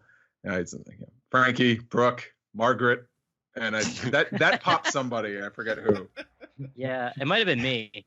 Yeah, you're a big fan of Margaret. Her picture. I do like Margaret. No, but I just remember because she had like a full body reveal right from the get go, and people were already like, "Ooh, I don't know." And she was really attached to Luffy. And I remember just seeing someone on DeviantArt draw the entire crew and Margaret. I was like, okay. I thought I was jumping the gun drawing Jinbei with them a couple years ago, but Yeah, I remember when I first caught up, which was like as the Marineford War was wrapping up, was when I caught up, and like I remember being very confident that Hancock was going to be the new, which just seems so silly now. No one has mentioned this character yet, and I remember everyone thought they were going to join for a long time. Kami. Huh. Oh yeah, Kami. I never went that. Because she actually had a dream. It was like even though it had nothing to do with being a pirate, but she wanted to be a fashion designer. People thought, Oh yeah, a dream. Wants to make shirts on Redbubble. Yeah, you can do it from anywhere, Kami. All right, that was the last one. Any final thoughts for you? Oh, sorry. Yeah. I was gonna say you and Steve didn't say what you miss most about being in Japan. And I feel like it's a similar answer to yours. It's definitely the convenience of I enjoy walking. If I could walk to a destination, I'll do it. The public transportation there kicks ass. It's on time. Yeah, that's great. Clean. I didn't get to go to any wrestling while I was there. Next time I have to go to wrestling. Yeah. I think maybe one of the next times I go, it's gonna be a wrestling trip. Oh, who am I kidding? I'm still gonna go to every Mugiwara store. Yeah. Actually, yeah, having stores that are specifically catered to One Piece is really awesome. Yeah. Mm-hmm. I just remember having that moment when we were just in Osaka. I was saying I'm in a mall, but I'm at a One Piece store. I am really far away from home. So. Yeah, I guess the one big thing that I missed the most, though, and this was with me all week, it's less about being in Japan, but it was being in Japan with you guys. Like, You cheater. You cheater. I didn't want to say that. I wasn't going. That's why I didn't say that first, but I just wanted to put that on the record because I don't want to. I'm not a monster. Like that's the thing I miss the most is hanging out with you guys in Japan because that was the best part of it. Of course. Yeah, Like- number one. Everybody as a unit. Like that day in Tokyo Tower might have been the best birthday I've ever had. So Hard to compete with that. yeah. All right, let's round off the show. Oh, can I say one more thing? Sure, go ahead. Yeah. I was What do just you like about perusing. Japan? I was just perusing the chapter thread for this chapter on Arlong Park, and I just want to share a very short comment from user Pariston Hill, who said, "Now we know why Jack gets bullied by Queen and King. That sucker got a non-dinosaur devil fruit. What a loser."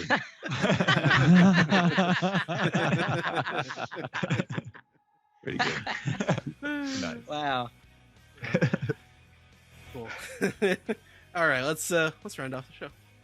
Sounds good.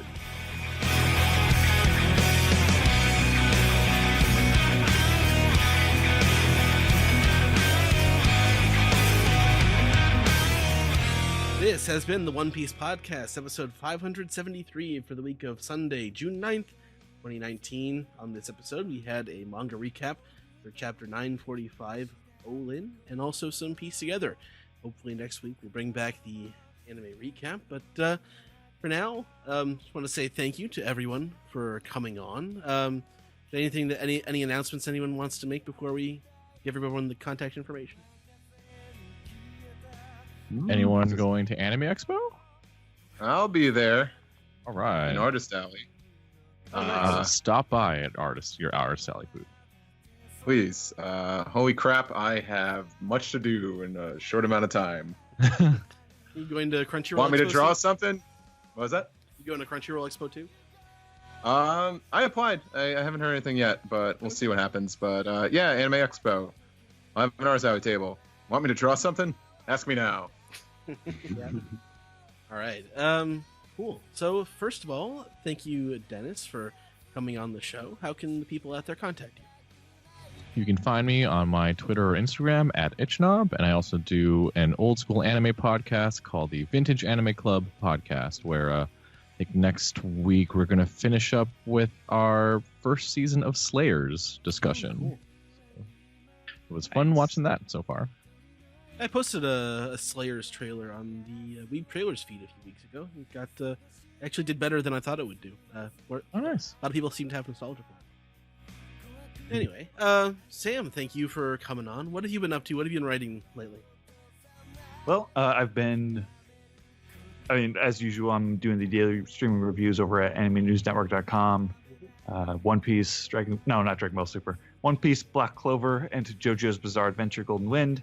You can find me on Twitter at Lucky Chainsaw, and they can find me on the One Piece podcast every week doing the anime recaps when it's. I will be caught up with the convenient. anime. I will be caught up Or with the when anime it's- by next week. I swear. When it's practical to do an anime recap, I am doing that anime recap. Yeah. I mean, that Wano trailer that came out when we were in Japan looked amazing. So I think a lot more Mhm. people are going to be watching week to week. What happens? It couldn't be any more fitting. We all watched that on my phone, like, right next to Matsumoto Castle, and I'm like, hey, we're in Japan. All right, and Steven, how can they contact you? You can follow me on Twitter at Translatosaurus, and you can read my work every week in Shonen Jump, translating One Piece and Samurai 8. Right on. Alex.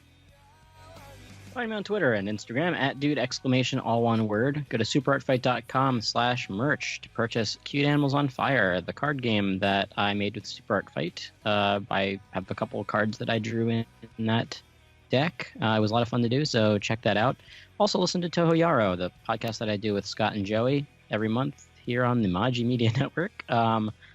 The Departures episode should be out hopefully tomorrow. I have it all edited and ready. I am just waiting on one little tiny thing. And Redbeard, the Redbeard episode will be out sometime later this month as well. We're getting caught up. And that's it for me. All right, and Steve. You can follow me on Twitter, Instagram. Steve Yurko is the username, of course, and listen to me on other podcasts like the Adult Swim podcast I do with Matt J called The Deep End, and the Wrestling Entrance Theme podcast I do with Doctor called Toon Sweet. Right on. And the podcast can be found at, or first of all, get Zach on Twitter at Zach_Logan. I'm Edward E. One Piece on Twitter. I'm also at Weeb Trailers. Check out the 10th anniversary promotional video for Manga Video that I posted up there earlier today. A lot of anime classics. The podcast can be found at OnePiecePodcast.com, Twitter.com, YouTube.com, and Facebook.com/podcast. OnePiecePodcast@gmail.com is our email address. One Piece Podcast is our Skype name. Patreon.com/OnePiecePodcast. You can support us there and get some extras. You can subscribe on SoundCloud, subscribe on Spotify, subscribe, rate, and review on Apple Podcasts, and call us on our phone number. That's 347-497-MAJI. MAJI. 347-497-6254. Call anytime. Anytime. Questions, your comments, your theories, your reasons why, I don't know, it's a good night at the Lawpera. So anyway, for the One Piece podcast this week, my name is Ed. My name is Steve. My name is Alex. And we'll see you next week, everybody. Bye-bye. So long. So long. All right, time for trivia now, right? Nope.